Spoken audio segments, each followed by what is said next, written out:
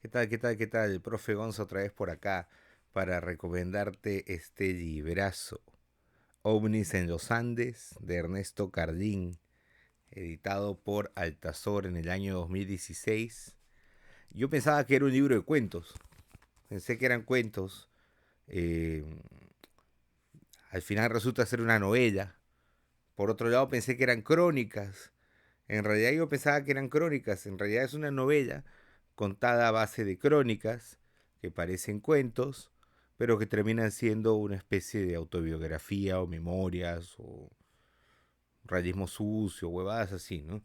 De un pata que es un periodista, digamos, como cualquiera que ha pasado por la prensa escrita, donde mal pagan, bueno, no se gana pero se goza, eh, y que pues como cualquier periodista termina siendo más que todo un relacionista público, ¿no? O sea, termina pagando favores por notas de prensa, básicamente, ¿no? Dentro de todo ese contexto, cuando uno piensa que vamos a hablar sobre los ovnis, vamos a ver una indagación en esta ufología, ¿no? En esta corriente, digamos, vamos a ver a Sisto Paz y a toda esta gente. No, en realidad creo que las mejores partes del libro son donde aparece este personaje del periodista, digamos, tirando con su amante, o aparece pidiendo todo ese tipo de pastillas que se mete, que le da su psiquiatra, o simplemente quejándose de su propia vida como periodista. Bueno, esas son las partes interesantes, ¿no? Em, Luego, el tema de los ovnis en los Andes se desarrolla de qué modo, ¿no? Se supone que hay una, y esto lo vi, me acuerdo alguna vez en un programa de Anthony Choi, eh, en donde se supone que hay un capitán de la FAB que se bajó un ovni en Puno, ¿no? Esa es la leyenda que se teje, ¿no? Algunos dicen que se lo bajó por la base de Las Palmas, no sé, cualquier cosa, por diferentes partes de Perú, otros que fue por la Amazonía. La cosa es que es un capitán de la FAB que se bajó a un ovni. Y a raíz de eso, al estilo de Independence Day, capturaron esa nave y trataron de investigar su composición, digamos, su tecnología. Pero claro, si esa nave hubiese caído, no sé, en Washington, o hubiese caído pues en Siberia incluso, ¿no? O hasta incluso si hubiese caído en Johannesburgo, no sé, si hubiese caído en algún otro país, de todas maneras que podían haber, o seguramente estos, los rusos o los gringos ya deben tener este tipo de naves, de todas maneras, este tipo de tecnología desarrollada, ¿no? Pero cayó en el Perú, ¿no? O sea, le ponían timones de combi a eso, pero no tenían cómo chucha poner, o sea, era fines de los 70 y comienzos de los 80. O sea, era la peor época para querer desarrollar tecnología alienígena en el Perú. Entonces, eh, cuando uno quiere leer una novela como OVNIs en el desierto, bueno, OVNIs en los Andes, el OVNI del desierto es el poema de Gran Ladislau Plasenqui. Cuando alguien quiere leer un tema como OVNIs en los Andes, en, en, ¿no? En clave, digamos, seriedad, ufología, eh, se va a topar pues con un muro gigante, ¿no? Uno tiene que leer OVNIs en los Andes en clave humor. Desde el momento de la premisa de que unos peruanos quieren desarrollar, eh, digamos, platillos voladores en Puno, en una base en Puno, están metiendo el chongo ahí el cuento, pues, ¿no? Ahora, yo no, digamos, yo no considero que no sea una novela de ciencia ficción eh, per se. Yo creo que sí es una novela de ciencia ficción. Eh, por lo que aborda el tema de los ovnis, pero digamos que no es una novela de ciencia ficción a la usanza tradicional. Es una novela de ciencia ficción que puede ubicarse dentro del tema de la parodia, ¿no? Dentro del humor, ¿no? Eh, digamos, de lo que se llama, lo que hablamos de otra vez cuando hablábamos sobre Alejandro Neira, o sobre Lucho Freire, que es, o sobre mi propia obra, es una especie de ciencia ficción humorística o lo fantástico humorístico, en donde lo que prima acá más que todo, así como lo denomina también en su reseña que hizo Alexis Iparraguirre, es, la ironía es lo que sostiene este libro. No, no, no, no, no busques peras en el olmo, ¿no? O sea, es esto. O sea, si vas a leer ovnis en los Andes, tienes que ir con una mirada incrédula, ¿no? En muchos aspectos, ¿no? Eh, pero el humor en este tipo de género, como lo describe Elton Honores, o este tipo de subgénero de lo fantástico en el Perú, que es lo fantástico humorístico, esta criollada peruana combinada con ciencia ficción y con lo fantástico, que ya lo había hecho Sofocleto, lo ha hecho Héctor Velarde, ¿no? Y que después, como ya les he dicho, Alejandro Neira, Lucho Freire, Osado Rosario, y obviamente Ernesto Cardín también, ¿no? Sobre todo con este ovnis en los Andes, ¿no? Aborda ese tipo de humor. Pero no solo están emparentados por lo sarcástico, por el humor negro o elegante, como quieran llamarlo, sino por las referencias intertextuales, ¿no? Todos estos libros, los de Alejandro Neira, ¿no? O los del mismo Sofocleto, están llenos de referencias intertextuales. O sea, para entender el chiste, tienes que haber leído un poco, ¿no? O sea, tienes que conocer, mira, aquí estás parodiando a tal cuento de Borges. O aquí está parodiando La Casa de Asterión.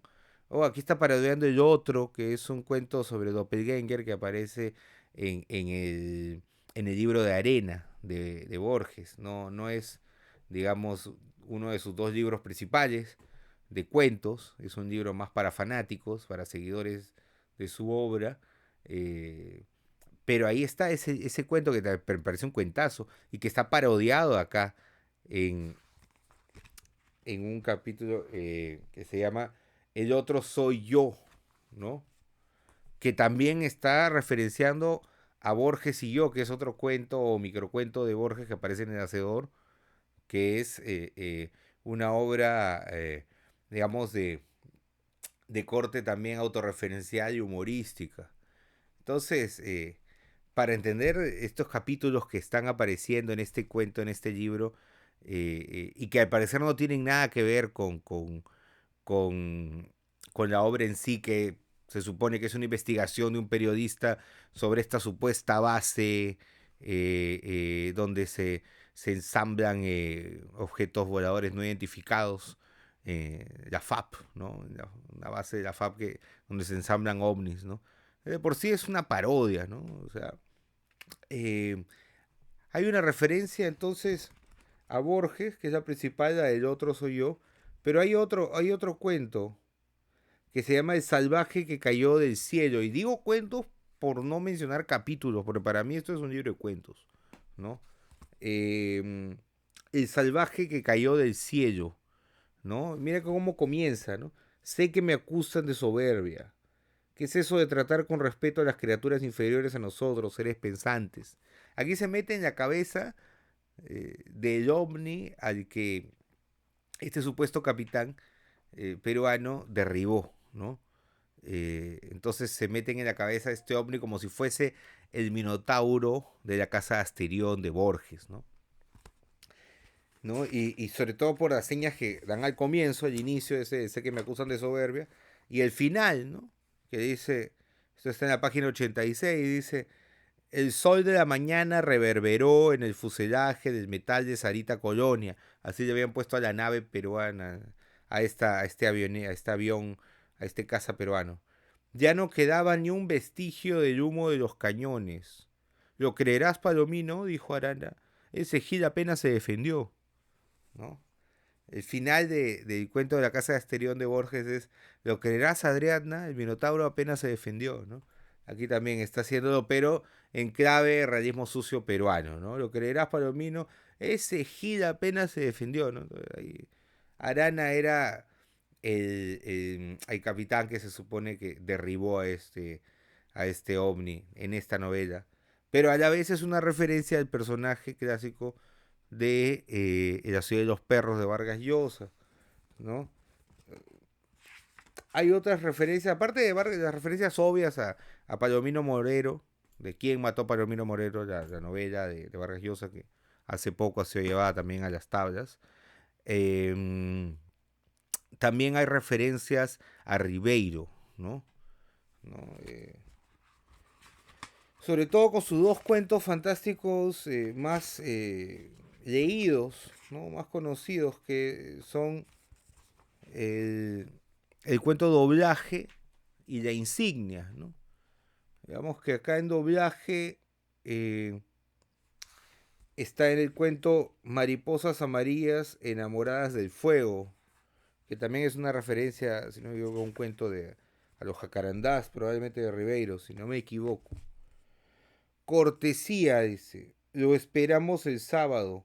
Solo recuerde que todos tenemos un doble que vive dentro de uno, en el espejo o en las antípodas. Encontrarlo es muy difícil porque tiende a efectuar el movimiento contrario, dice. La página 89, 80 y 90, ¿no? Eh, Eso es una cita directa que aparece al inicio, o en los primeros párrafos, el primer párrafo de Doblaje de Ribeiro, ¿no? Para los que han leído esta obra. Y hay otra referencia acá también a ese mismo cuento en la página 93.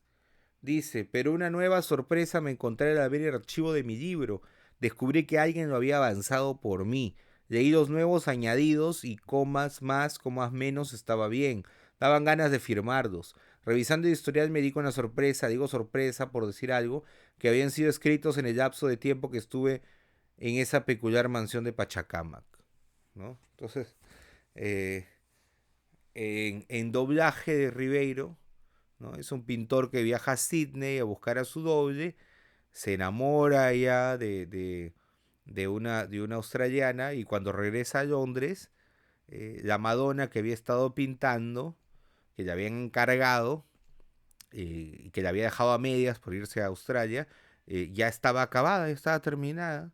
Y el rostro era el rostro de la australiana con la que había estado, pero claro, él no podía haberle puesto el rostro a una persona que todavía no conocía, a menos que sea su doble el que haya hecho ese trabajo. Lo mismo sucede acá en el cuento, en este cuento donde aparece el doble de las flores amarillas, mariposas amarillas enamoradas del fuego, ¿no? Entonces, claro, para una persona que ha leído literatura peruana, como que tampoco es que sean obras rebuscadas, ¿no? O sea, son cuentos que uno puede haber leído o novelas que uno puede haber leído en la secundaria o en la universidad, ¿no? O sea, son cosas básicas. eh, pero a la vez me parece curioso cómo, y creo que coincido, no sé si Daniel Salvo dijo esto sobre la novela, eh, digamos que al citar a Vargas Llosa, a Bráez, a Ribeiro, en una novela de ovnis, lo que estaba haciendo era cagarse un poco también en ese cliché que dice de que las novelas o la literatura peruana es eminentemente realista, ¿no? O que tienen que ser novelas que tengan un inicio, un nudo, un desenlace, novelas de corte decimonónico, ¿no? Que todos los cabos estén ahí atados, que no quede cabo suelto y toda esa huevada, ¿no? No, hay libros también vanguardistas, pues es una novela que está escrita a base de artículos periodísticos sobre ovnis y sobre una supuesta base y que de un momento a otro se trastoca y termina en teoría de caos, ¿no? Entonces, se supone que la novela se explica de que ese caos en el que devino la novela, porque digamos que hasta la mitad tiene un sentido, o sea, se cuenta esta historia de estos militares, de estos de la Fuerza Aérea en Puno, ¿no? Que se enfrentan a un ovni y después aprenden esta tecnología para tratar de hacerla, o tratan de hacerla con partes de micros y de combis peruanas, eh, de chatarra peruana. Básicamente, a la siguiente mitad ya no se entiende de qué va, ¿no? Aparece un cauchero que se come a sus indígenas y que al final era el mecenas de la escena de los años 20, de los locos años 20 en el Perú, una cosa así en el Girón de la Unión, ahí parchaba con Valderomar y toda esa gente. Entonces, eh, puta, es un libro totalmente inconexo, ¿no? A mí me ha gustado particularmente porque se lee de un tirón. Me gustan esos libros que se leen rápido.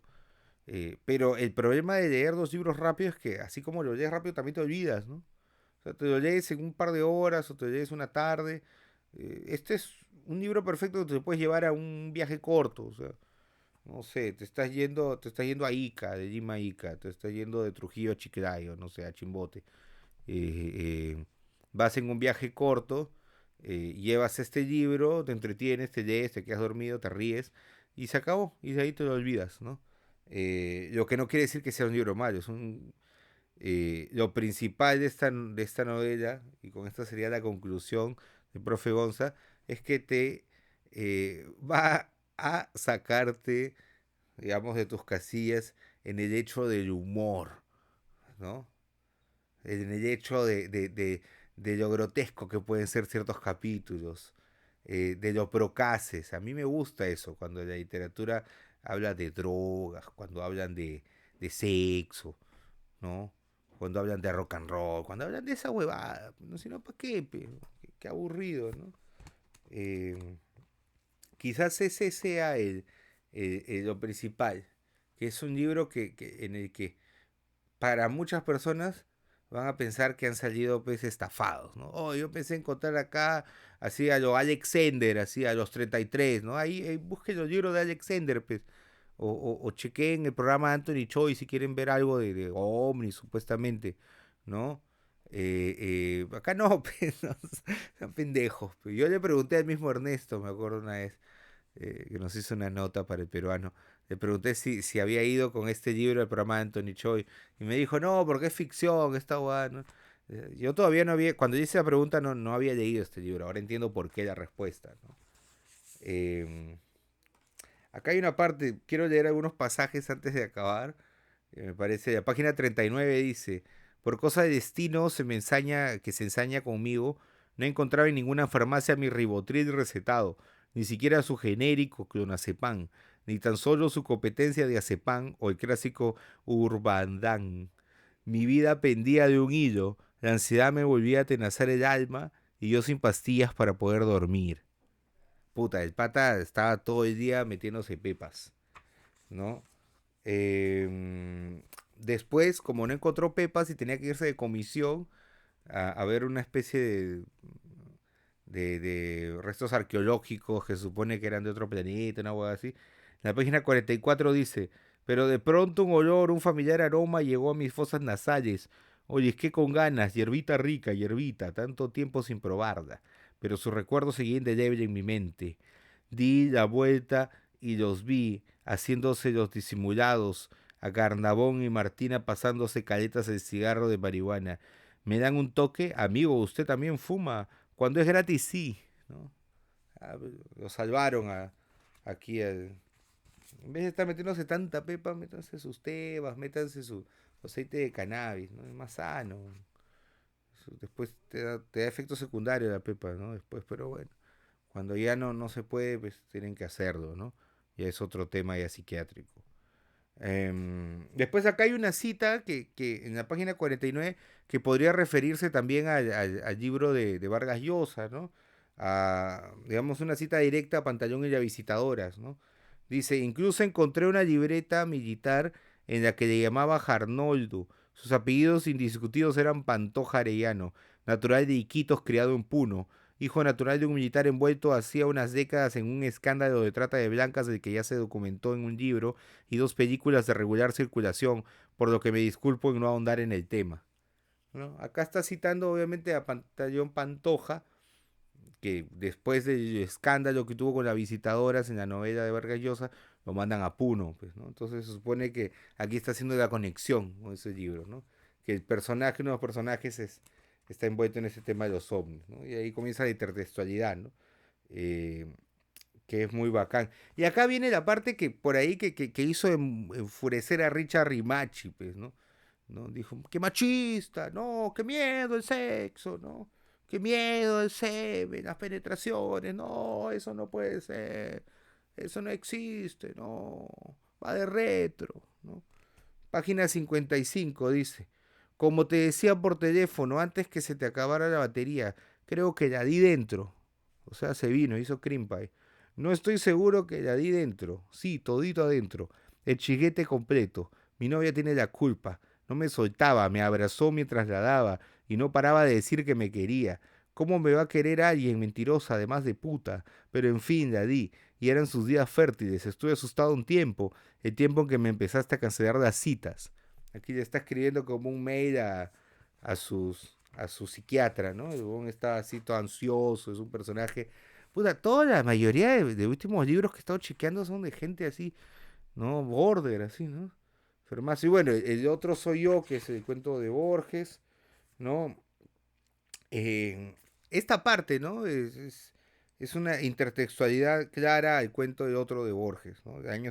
Página 63 dice, esto es una paradoja, no es posible. Se supone que se encuentran los dos personajes, uno más joven, una versión joven con una versión antigua, una versión más vieja, ¿no? Y que es el mismo argumento del otro de Borges, ¿no? Esto es una paradoja, no es posible que una misma persona esté en dos lugares al mismo tiempo. No es una paradoja, tú y yo estamos, metros más, metros menos, en el mismo sitio, solo que en años distintos. Tú estás en 1974 y yo varias décadas después, ¿no? Es lo mismo que le dice Borges, digamos, a su Borges joven en este cuento El Otro, ¿no? Es uno de mis cuentos favoritos, así que me dio miedo cuando lo leí también, ¿no? Eh, bueno, básicamente son algunas de las partes que quería recomendarles de este libro, altamente recomendado, OVNI de Desierto. Si quieres cagarte de risa un rato, léelo. Si estás buscando ovnis, mejor chequea algo de Alexander, ¿no? A los 33, que es un libro, digamos, mucho más documentado con ese tema, ¿no? Eh, Eso es lo que te recomiendo. Si buscas un poco de literatura y reírte, OVNIs en los Andes de Ernesto Cardín, ese libro. Así que a leer. Eso fue otra recomendación de Profe Gonza.